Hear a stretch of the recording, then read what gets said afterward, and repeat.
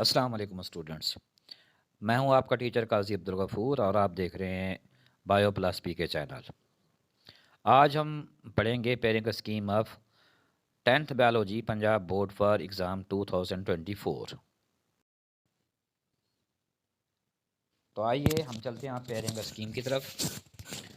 आपके सामने ये एक टेबल खुल गया है। इसमें कॉलम है, लेफ़्ट साइड पे कॉलम खड़ा हुआ है चैप्टर नंबर का। इसमें चैप्टर नंबर 10 से लेकर 18 तक हैं। क्योंकि आपकी 10th की बायो की बुक के अंदर चैप्टर 10 से लेकर 18 तक हैं। उसके साथ कॉलम खड़ा हुआ है जिसमें लिखा हुआ है क्वेश्चन नंबर 1, जो कि MCQs पर मुश्तमिल होता है। यहाँ से 12 सवाल आते हैं, 12 MCQs आते हैं और सारे के सारे आपको सॉल्व करने पड़ते हैं। उसके साथ राइट साइड पे एक और कॉलम खड़ा हुआ है तीसरा। इसमें लिखा हुआ है क्वेश्चन नंबर 2 + 3 + 4 शॉर्ट क्वेश्चन। ये शॉर्ट क्वेश्चन है जो कि 3 सवालों की सूरत में आते हैं। क्वेश्चन नंबर 2, क्वेश्चन नंबर 3 और क्वेश्चन नंबर 4 में हर सवाल के अंदर मज़ीद छोटे सवाल होते हैं 8, जिनमें से आपको 5 सवाल करने पड़ते हैं। आपका क्वेश्चन नंबर 2 बनता है चैप्टर नंबर 10, 11, 12 में से। क्वेश्चन नंबर 3 बनता है चैप्टर 13, 14, 15 में से। क्वेश्चन नंबर 4 बनता है 16, 17, 18 में से। उसके साथ चौथा कॉलम खड़ा हुआ है जिस पे लिखा हुआ है क्वेश्चन नंबर 5 + 6 + 7 लॉन्ग क्वेश्चन। आपके लॉन्ग क्वेश्चन चैप्टर नंबर 11, 12, 13, 14 और 17 और 18 में से बनते हैं, जबकि लॉन्ग क्वेश्चन चैप्टर नंबर 10 में से, 15 में से और 16 में से नहीं बनते।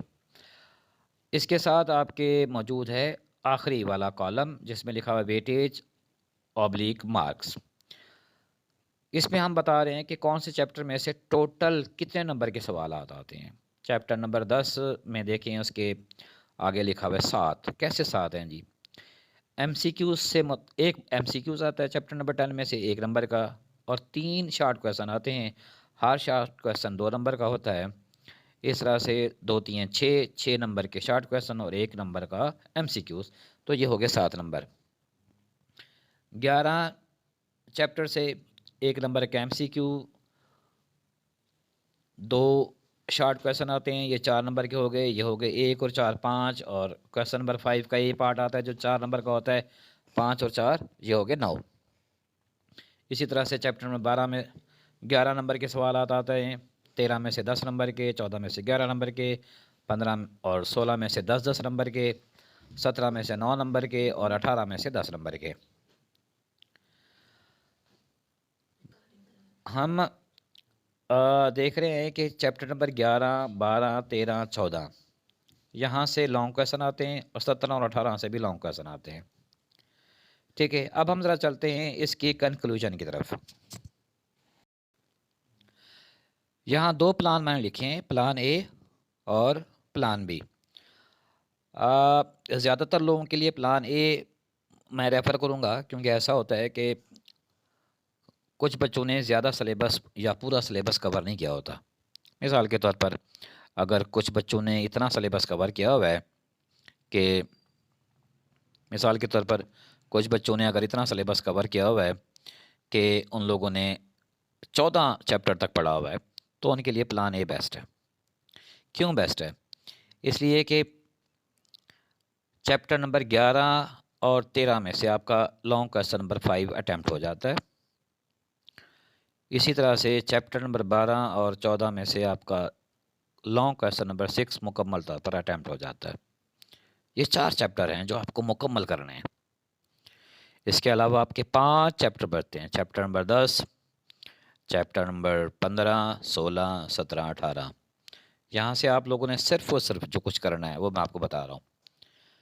एक्सरसाइज में चले जाइए एक्सरसाइज में चले जाइए, वहाँ पर MCQs ये होते हैं। आपने MCQs को खूब रट्टा लगा लेना है, और साथ में टर्म्स टू नाउ टर्मिनोलॉजी दी हुई है, डेफिनेशन दी हुई है, आपने उनको याद कर लेना है।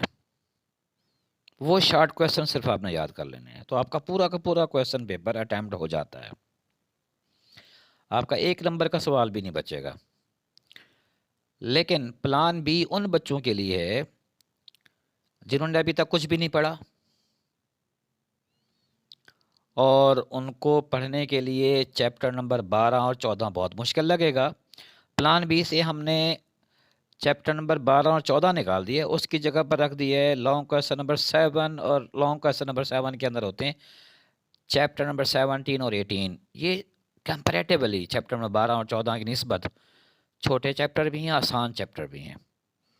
तो जिन बच्चों ने अभी तक कुछ भी नहीं पढ़ा वो कर लें चैप्टर नंबर 11, 13, 7 में 17 और 18, तो उनका 60% का पेपर हल हो जाएगा। बाकी जो चैप्टर बचते हैं, जैसे चैप्टर नंबर 10वां है, 12 है, 14 है, 15 और 16, उनमें से फिर वही पुरानी टेक्निक कि आपने एक्सरसाइज में जाना है, एमसीक्यूज मुकम्मल याद करने हैं, और एक्सरसाइज के अंदर जो टर्म्स टू नाउ दी हुई हैं उनको मुकम्मल तौर पर याद करना है, तो आपका 100% पेपर अटैम्प्ट हो जाएगा।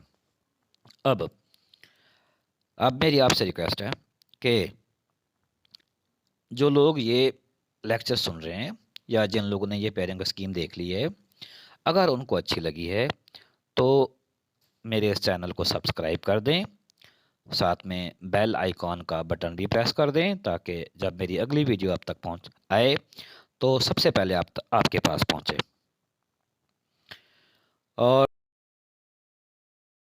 और इस तरह से आपको उससे फ़ायदा हासिल हो, और साथ में मेरी हौसला अफजाई भी हो कि मेरे सब्सक्राइबर ज़्यादा हो गए हैं, मुझे देखने वाले बच्चे मौजूद हैं। ठीक है। और एक और रिक्वेस्ट, अगर आपको ये पेयरिंग स्कीम या मेरा लेक्चर अच्छा लगा है तो आप कंजूसी ना करें, अपने दोस्तों को शेयर कर दें। अगर आपका कहीं फ़ायदा हो रहा है तो आपके बाकी दोस्तों का फ़ायदा भी हो जाए।